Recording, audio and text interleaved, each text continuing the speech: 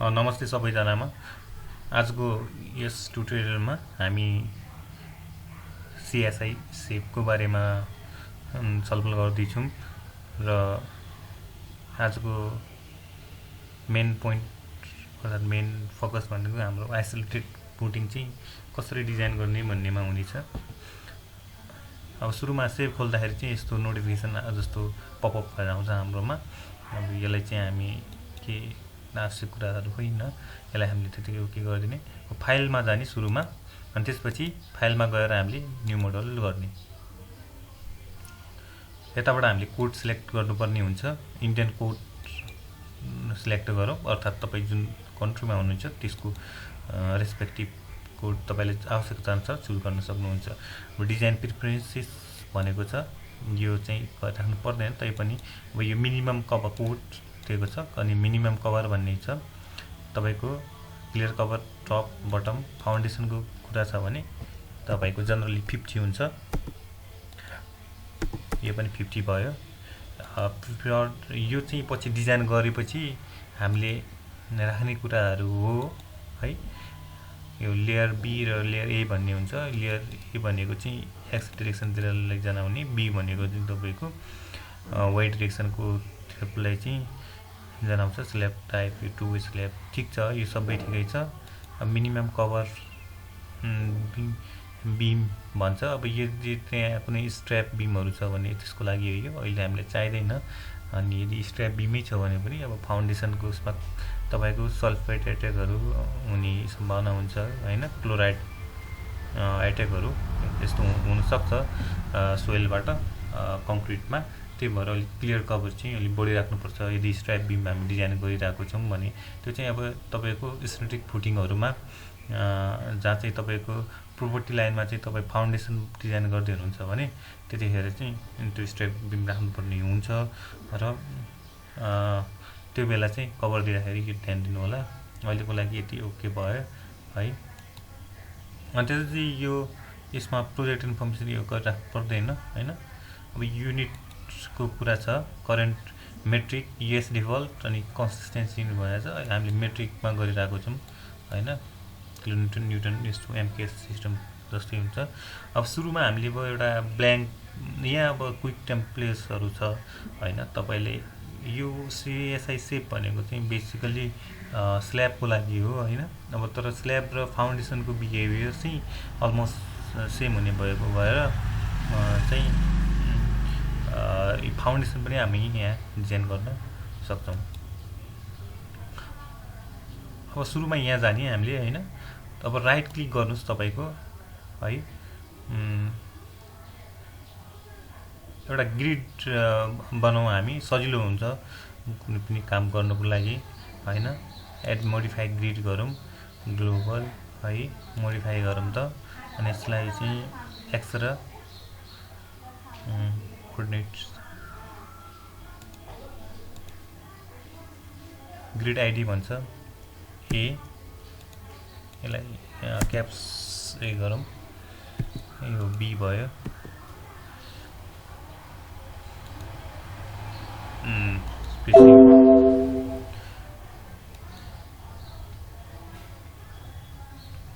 Spacing चाहिँ 4 गरौँ है, यो 0 भयो ए र बीको। अनि तपाईँको यो भिजिबिलिटी सो ठिकै छ, यसलाई हाइड पनि गर्न सक्नुहुन्छ होइन, यो भयो। अनि तपाईँको वाइ डिरेक्सनमा चाहिँ 1 गरौँ, त्यसपछि 2, यसपछि यो पनि 4 गरौँ, एउटा स्क्वायर कलम डिजाइन गर्दाखेरि ठिक छ। यसो गरौँ है, यो ग्रिडहरू भयो। अब यो बबल साइज भनेको यो सर्कलको साइज हो होइन। भित्र टेक्स्ट हुन्छ, कति सानो ठुलो त्यही हिसाबले टेक्स्ट पनि आउँछ त्यसमा। अनि यो के छ भन्दाखेरि यो सबै सिएसआईको आफ्नो प्रोडक्टहरू हो होइन। अब तपाईँले इट्याप इन्भाइरोमेन्ट्समा काम गर्नुभएको छ भने यहाँ पनि तपाईँले काम गर्न एकदमै सजिलो हुन्छ। अब त्यसपछि हामीले यसलाई 1000 गरिदिन्छु म अहिले बबलको साइज है, जति राख्दा पनि हुन्छ। अब यो स्टोरीको कुराहरू छ, हामी यदि स्ल्याब डिजाइन गर्दैछौँ भने त्यतिखेरको कुराहरू आउँछ। अहिले हामीले यो केही गर्नु पर्दैन, स्टोरी 0 गरिदिउँ यसलाई है। ओके गरिदिउँ। Global okay. हाम्रो एउटा यहाँनिर 4x4 को चाहिँ के आयो भन्दाखेरि ग्रिड आयो। ग्रिडहरू चाहिँ ड्रइङ भएको छ। अब हामीलाई चाहिँ के भने भन्दाखेरि सुरुमा अब यो पनि यता ई ट्याब जस्तै छ, त्यस्तो डिफ्रेन्ट छैन। मेटेरियल प्रोपर्टिजहरू चाहिँ हामीले यहाँबाट एड न्यू मेटेरियल गरौँ है। म्याट कङ्क्रिट M25 है, कङ्क्रिट गरौँ। यहाँबाट ड्रप डाउन छ, मेटेरियल टाइपबाट सिलेक्ट गर्नु, डिस्प्ले टाइप कुनै राख्यौँ एउटा। अनि अहिले एजिटिज गर्दा पनि हुन्छ होइन। मेटेरियल नोट केही लेख्नु छ कि होइन, तपाईँले लेख्न सक्नुहुन्छ। तर अब यो 25 नै हुनुपर्ने हो। यो पनि 25 है। यो पोइजन रेसियो चाहिँ 0.2 ठिकै छ। योहरू पनि चेक गर्नु होला है। हाम्रो यो 25 हुन्छ विदिन 28 डेजको लागि, यति गरौँ ओके। त्यसै गरेर अर्को हामीलाई रिबारको लागि चाहियो। त्यसपछि कुनै एउटा कलर चाहिँ गरिदिउँ हामी, यो गरौँ। अनि त्यसपछि 7850 हुन्छ, 78.5 यो गरौँ। यसको 2 लाख हुन्छ होइन। अनि त्यसपछि मिनिमबिलिटी ठिकै छ तपाईँको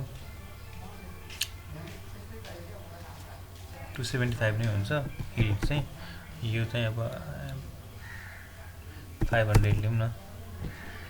ओके ओके।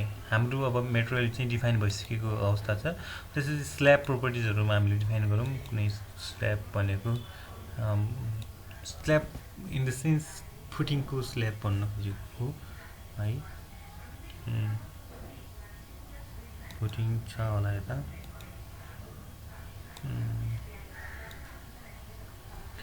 मानिलिउँ अहिले 150 कि पछि हामी घटबड गर्न सक्छौँ। 25 भयो, फुटिङ छ, ठिक छ। 150। तर के छ भन्दाखेरि एउटा कुरा ध्यान दिनु, अहिले म चाहिँ स्क्वायर फुटिङ चाहिँ गर्दैछु है। स्क्वायर फुटिङमा तपाईँको मिनिमम एज जुन डेप्थ हुन्छ त्यो 150 mm हुनैपर्छ है। अब तपाईँको यदि आजभोलिको चाहिँ स्लोप फुटिङ छ भने हात्तीपाइले जुन भन्छ त्यसमा चाहिँ तपाईँको जुन एजको जुन मिनिमम थिकनेस हुन्छ 150 हुन्छ। अनि माथिको स्लोपको चाहिँ अलग्गै हुन्छ। यो कुराहरू चाहिँ ध्यान दिनु होला। यो अर्थोट्रोपिक भनेको चाहिँ तपाईँको डिफ्रेन्ट जस्तै XYमा डिफ्रेन्ट प्रोपर्टिज हुने हुन्छ होइन। यो हाम्रो ठिकले नै ठिक छ। अनि त्यसपछि तपाईँको यसलाई मैले चाहिँ अहिले 200 गरिदिएँ। 250 अर्थात् 200 गरिदिएको छु। 250 गरिदिएँ ओके। डिफाइनमै जाऊँ। अनि त्यसपछि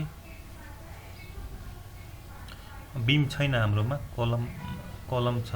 अब के छ भने कलम चाहिँ हामी असाइन पनि गर्न सक्छौँ, गर्नु त होइन। तर हामी त्यो कलमलाई स्टिप भनेर पनि प्रोभाइड गर्न सक्छौँ है।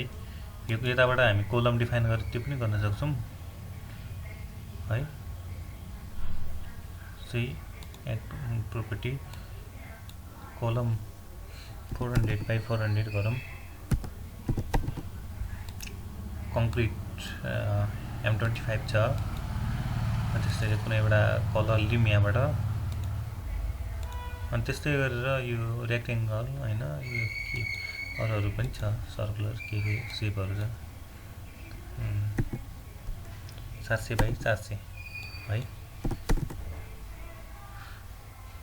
एउटा बेसिक आइडियाहरू मात्र दिन खोजेको हो।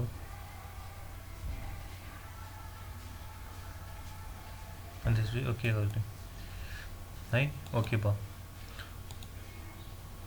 डिफाइन त भयो हैन। अनि त्यसपछि अब डिफाइन सोइल सबग्रेड प्रपर्टिज भन्छ। यसलाई हामी मोडिफाई गरौँ। सोइल सबग्रेड भनेको यो चाहिँ सोइलसँग रिलेटेड कुराहरू हो, बेरिङ क्यापेसिटीसँग। यसको चाहिँ फर्मुला भनेको safe bearing capacity divided by settlement of soil हुन्छ है।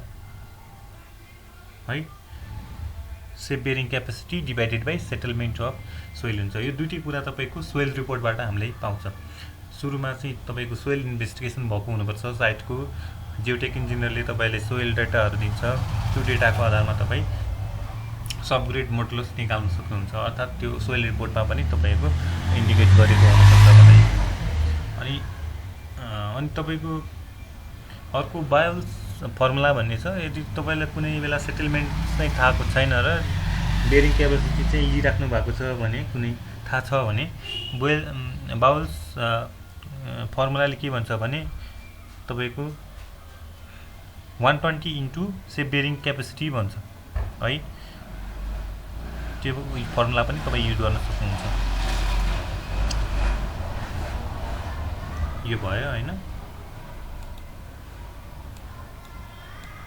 अब अहिले मैले 150 चाहिँ लिएको छु। 150 चाहिँ एज्युम गर्दैछु सोइल बेरिङ क्यापेसिटी है। 150 गरौँ। 150 इन्टु 120 18,000 यो किलोमिटर पर मिटर क्युबमा हुन्छ। अब कम्प्रेसन वानली छ यो कुरो चाहिँ है। ओके, अझ डिफाइनमा अरू के छ भन्दाखेरि अहिलेको लागि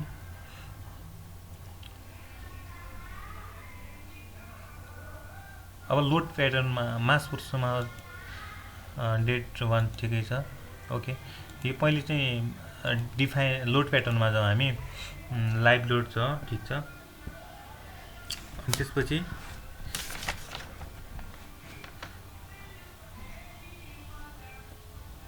हामीलाई चाहिँ के छ भन्दाखेरि रिएक्सन हुन्छ नि त।